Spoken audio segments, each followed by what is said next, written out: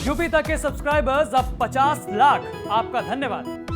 कौन जीतेगा यूपी, सवाल के साथ उत्तर प्रदेश में चुनाव की शुरुआत हो चुकी है। अब सबकी निगाह है दूसरे चरण के 55 सीटों पर, और दूसरे चरण में कुछ ऐसी भी सीट है जो बहुत खास है या कहीं की हॉट है।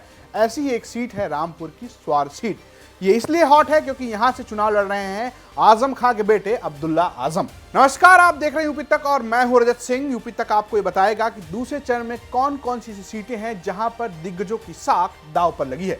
स्वार सीट इसलिए भी दिलचस्प हो गई क्योंकि इस बार अब्दुल्ला आजम के सामने बीजेपी की सहयोगी अपना दल ने हमजा नवाब को मैदान में उतार दिया है, और नवाब खानदान से हमजा नवाब के पिता नवाब मियां यहां से 4 बार चुनाव जीत चुके हैं।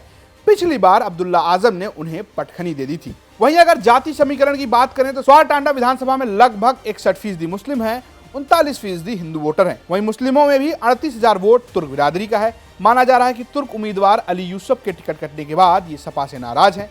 ये तो रही बात आंकड़ों की, लेकिन सब कुछ आंकड़ों पर ही निर्भर नहीं करता। कहा जाता है कि जो चुनाव है वो सिर्फ गणित नहीं, यानी 2 + 2 4 ही नहीं होता, ये है केमिस्ट्री। यहाँ पे 2 + 2 22 भी हो सकता है। ऐसे में क्या है जमीनी केमिस्ट्री, जानने के लिए हमारे सहयोगी आमिर खान ने बात की स्थानीय पत्रकार मुसलमीन से। अब्दुल्ला आजम स्वार टांडा से चुनाव लड़ रहे हैं। अब्दुल्ला आजम सपा के प्रत्याशी हैं, जबकि नवेद मियां के बेटे हैदर अली खान और हमजा मियां अपना दल के प्रत्याशी हैं। भाजपा गठबंधन ने पूरे उत्तर प्रदेश में सिर्फ एक मुसलमान को अपना प्रत्याशी बनाया और वो हमजा मियां हैं। पिछले चुनाव में हमजा मियां के पिता नवाब काजिम अली खां हार गए थे, लेकिन इस बार समीकरण बदले हुए हैं। उन्हें के साथ भाजपा का भी वोट है। भाजपा के लोगों में थोड़ा उत्साह भी है। उन्हें लग रहा है कि शायद हम 2 नवाब खानदान और भाजपा मिलकर, अपना दल मिलकर मजबूत स्थिति में आ गए हैं। लेकिन अब्दुल्ला आजम की स्थिति भी कमजोर नहीं आंकी जा सकती।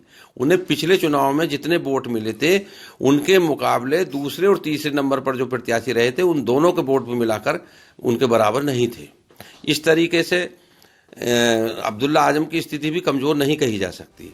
अगर स्वार सीट के इतिहास की बात करें तो एक तरीके से इस सीट पर लगातार नवाब खानदान का कब्जा रहा है, लेकिन 2017 में आजम के बेटे ने यहां से नवाब मियां को बड़े वोटों से हराया था। अगर पिछले 3 विधानसभा चुनाव की बात करें तो 2007 में यहां समाजवादी पार्टी जीती थी, 2012 में कांग्रेस के टिकट से नवाब मियां जीते थे, 2017 में समाजवादी पार्टी के टिकट से अब्दुल्ला आजम जीते थे। इलाके के एक और सीनियर जर्नलिस्ट हैं मुजस्सिम। उनका यह कहना है कि इस बार जाति समीकरण ऐसे हैं कि अब्दुल्ला आजम के लिए सीट एक तरीके से फंस गई है।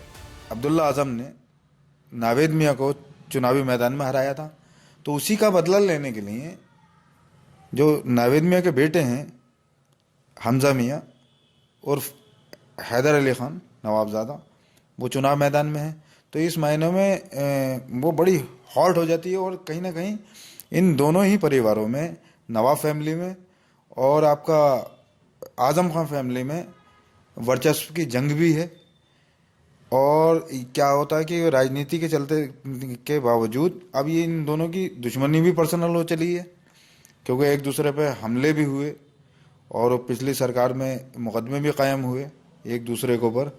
लेकिन अब जो है हमजा मियां जो अलायंस है भारतीय जनता पार्टी का, अपना दल उसके उम्मीदवार हैं, और ये अलायंस के कोटे में गई है सीट। तो कहीं ना कहीं पिछले बार जो है त्रिकोणीय मुकाबला देखने को मिला था, जिसमें नावेद मियां कांग्रेस से प्रत्याशी थे और लक्ष्मी सैनी भारतीय जनता पार्टी की वो थी, प्रत्याशी थी, और अब्दुल्ला आजम समाजवादी पार्टी से थे।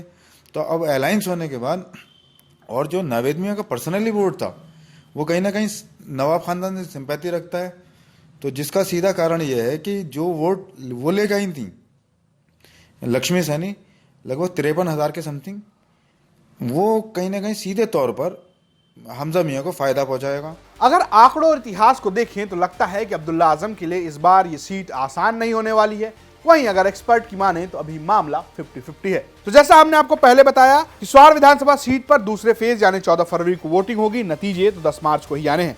ये तो रही बात रामपुर की स्वार सीट की। इसके अलावा हम आपको बताएंगे उन तमाम सीटों के बारे में जहां पर बड़े बड़े दिग्गजों की साख दांव पर है। हर जिले की खबर बताएंगे कि कौन जीत रहा है, कौन हार रहा है। और अगर ये आप सब जानना चाहते हैं तो उसके लिए आपको आना पड़ेगा यूपी तक पर, क्योंकि यूपी तक आपके लिए लेकर आ रहा है आंकड़े, इतिहास और स्थानीय एक्सपर्ट की बात, और इससे आपको बताया जाएगा कि कौन जीत रहा है यूपी। तो कुल मिलाकर अगर आप ये जानना चाहते हैं कि कौन जीत रहा है यूपी। तो देखते रहिए यूपी तक। नमस्कार।